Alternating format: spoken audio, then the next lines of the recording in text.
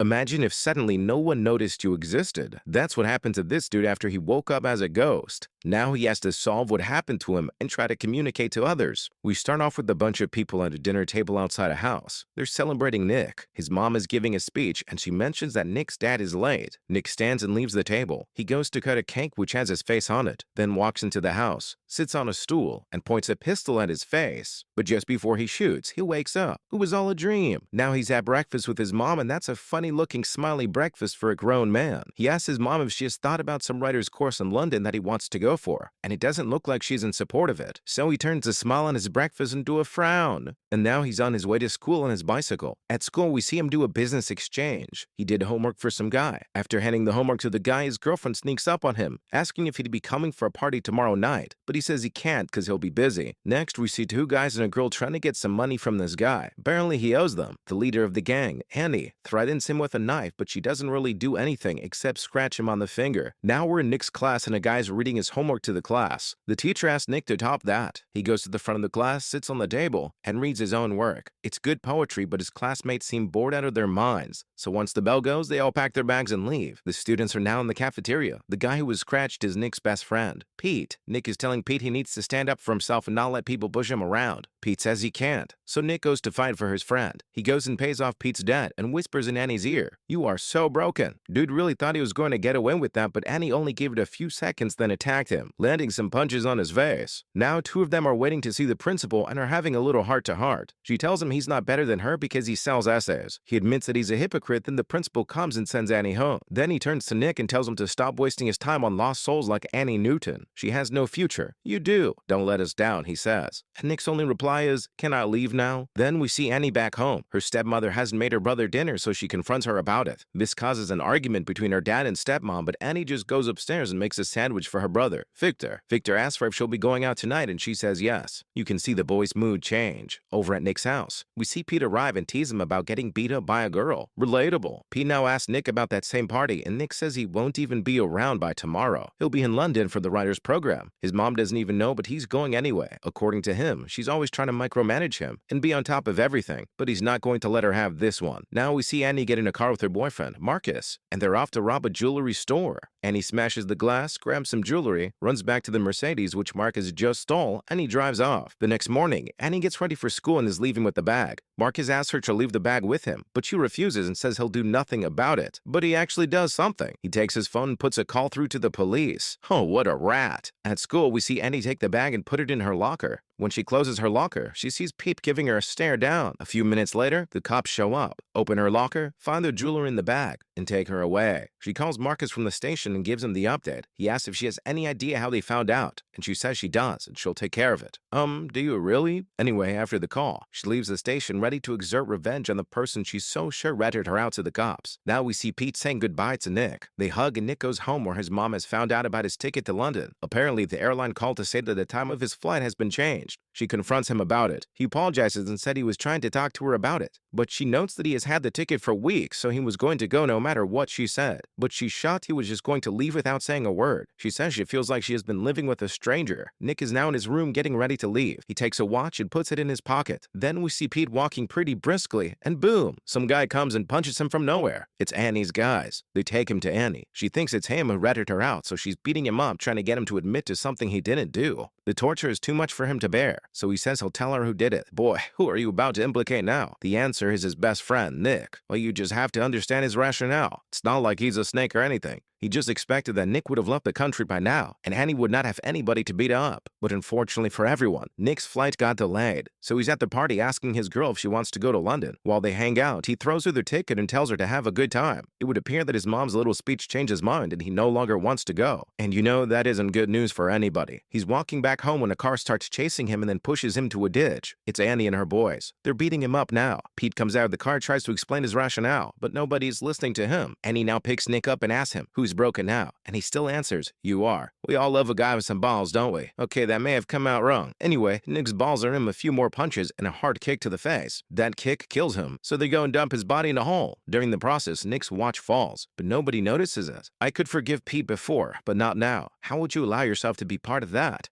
He's your best friend for crying out loud. Anyway, Annie goes home and confesses to Marcus. She tells him she clapped the guy who sold her out, and you can see the shock on Marcus's face, because he knows for a fact that was not the person who sold her out. He's now asking her why she came to him. You know I'm on parole, Henny. Why didn't you come here? He asks and sends her away. She feels betrayed. Betrayed. Wait till you find out that he's the one who sold you out. She smashes some stuff in his workshop, gives him an ironic kiss, and leaves. Then early the next morning, we see her burning her clothes from last night. You won't believe what we see next. Nick. He walks out the woods looking unscathed. So clean and fresh. He walks to school, goes and sits in class. But here's the thing. No one can see him. He's, how do you say it? Invisible. Relatable. So nobody knows he's in class, even though he's sitting right there and he can hear everything they're saying. The youth had opportunities to get a few things out their chest about him, even his girl. She calls him pretentious and says he's always trying to make himself feel important. You can't trust these girls, man. But then again, his best friend also betrayed him, so actually, don't trust anybody, bro. At first, he thinks they're only messing around with him, but then he takes a book, throws it on his shelf. Book never even leaves the table. He then goes to the telephone in the principal's office to call his mom. He's writing his principal's face, but the principal can't see him. Then he shouts out to his mom. He can hear her talking to detectives about him, but she can't hear him. He's running home now. On his way, he clatters into someone in the school hallway. Gets hit by a car, run over by a truck, but nothing really happens in real life. He gets home and sees detectives all around his house doing everything to find him. He tries to put his mother out of her misery by telling her he's dead, but of course she can't hear him. Now he's just wandering the streets. Man, if I'd found out how I was invisible, I would be doing a lot more than just walking the streets. Anyway, the detectives, Brian and Kate, are making headway with their investigation. We spoke to the principal who told him Mick got in a fight with Annie, so they head to Annie's house. Apparently, Brian knew Annie when she was little because her dad used to be a cop. They're up on the roof asking Annie what she was doing last night, and Nick is there to supervise her lies. But he also finds out that Annie clapped him because she got he ratted her out. He throws her off the roof, but you know, that just doesn't work. The detectives take a search party out to the woods where Nick's body was dumped, and Annie tells Pete and tells him to be there. Mick hears that and gets visibly sick. He's in his room now and he can see his mom come in and go through his stuff. She's reading a poem he wrote, and he's reading along with her. His pet bird joins him in invisible paradise. He holds it in his hands, and after some seconds, he disappears. That's a revelation for him. He says, I'm alive, and he runs straight to where his body was dumped. He's trying to get the search party to find him, but he's not having much luck with the humans. The dog, however, first seemed like he could see Mick, but he turned away at the last second. The dog helped find Nick's watch, though. Now Pete is reporting to Annie and the rest of the gang. He feels they'll soon be found out, so he says he'll go to report to the police. And he tells him if he reports, he goes to jail too. Meanwhile, Mick is there listening to everything. Annie now sneaks back into her house and she's trying to pack up her stuff and run away. Victor wakes up and asks if she's going to go away and never come back like Mom. Boof. That's pretty heartbreaking. Annie is crying now. She might be stone cold, but she's soft when he comes to this boy. She tells Victor to never be like her. Excellent advice. Her dad walks into the room and tells her to leave, and she says cool, but if anything happens to her younger brother, she'd be back and she'd clap him. She leaves the house and Nick does one of his monologues again, telling her her horrible family dynamic doesn't excuse anything she has done. The search in the woods intensifies. We can see choppers and ambulances now. A professional says if Nick is alive out there, he has 2-3 days tops. Now we get a visual of Nick's body, and we see his fingers twitch. He's really alive. Detective Brian now goes to have a word with Marcus. He asks him if he was with Annie on Tuesday night, and of course he says yes. He then asks him if he was with her the night before. When she robbed the jeweler's store, he said no. He knows nothing about that. Of course, Brian knows Marcus has been on parole for 8 months, but he doesn't stress that too much. He just drops his card and tells Marcus to call him if he sees Annie, because he wants to talk to her about a missing person at her school. Finally, Brian makes sure he lets Marcus know that he knows the exact brand of car that got stolen that same night the jeweler's store was robbed.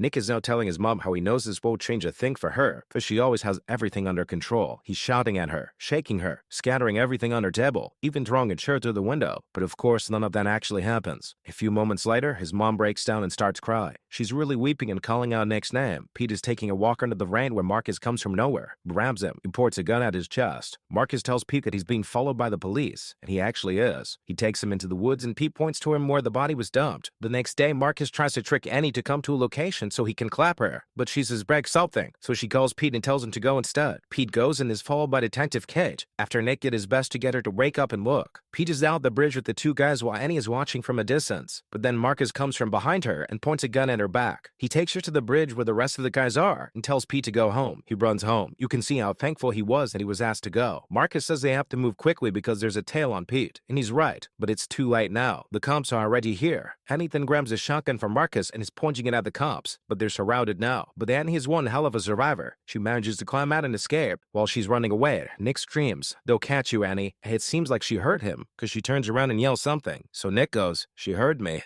She goes to a club and sells a ring which belonged to Marcus to some guy. After he pays her, she decides to stay back and do a little dancing. She takes off her hoodie and beanie and is now doing the signature white woman dance while Mick is just watching her. The next day, she goes to her mother's grave and she says she's sorry. Then Nick starts talking about how sometimes he wishes his mom died instead of his dad because of how much pressure she puts on him. He now reaches out to Annie and touches her shoulder. He says he knows she can hear him, so he tells her just to tell them where his body is, but she just stands up and leaves. He follows her. She breaks into the school and that had put some money in an envelope for Victor and puts it in her locker. Mick is there to tell her he's dying and he doesn't have much time left. And ironically, she's the only one who can save his wife. You can tell she can hear his voice in her head, so he screams her name and she turns around, but she can't see anybody. She's miserable now. She goes to take a shower and being a good boy, Mick makes sure not to look. Meanwhile, Mick, the one in the hole that is, opened his eyes at this point. Annie is sleeping now on the basketball court and Nick is right beside her, running his hands through her body and calling out her name. He oversleeps and is woken up by the basketball team that comes in for practice. Now we see Annie in Nick's house. She's going through his old photos and getting nostalgic. Do not tell me these two are falling in love, because even Nick is out here smiling while his body's decaying in that hole. Thankfully, Nick's mom comes in and kills whatever romance was brewing. Annie was out of the house and straight into the woods to where they dumped Mick's body. And Viola, the body isn't there. Mick is telling Annie that someone was there to move his body and he's asking her to think. She sees the substances that she found of Pete days back, and that tells her that Pete was here, so she goes after Pete at school. Pete is now telling her that Nick didn't even rat her out in the first place. He then confesses that he and Marcus moved the body, so she goes after Marcus. She ambushes him in his car, just outside a police station. Then she takes him to a precipice and tells him to go on his knees. Role reversal moment. Then she points a gun at him. Meanwhile, Peter's trying to self-delete. Mick is begging him not to do it, but Pete can't even hear a thing. But here's the beautiful thing. While Pete is in that transition zone where he's not dead yet, but not fully alive, he sees Mick.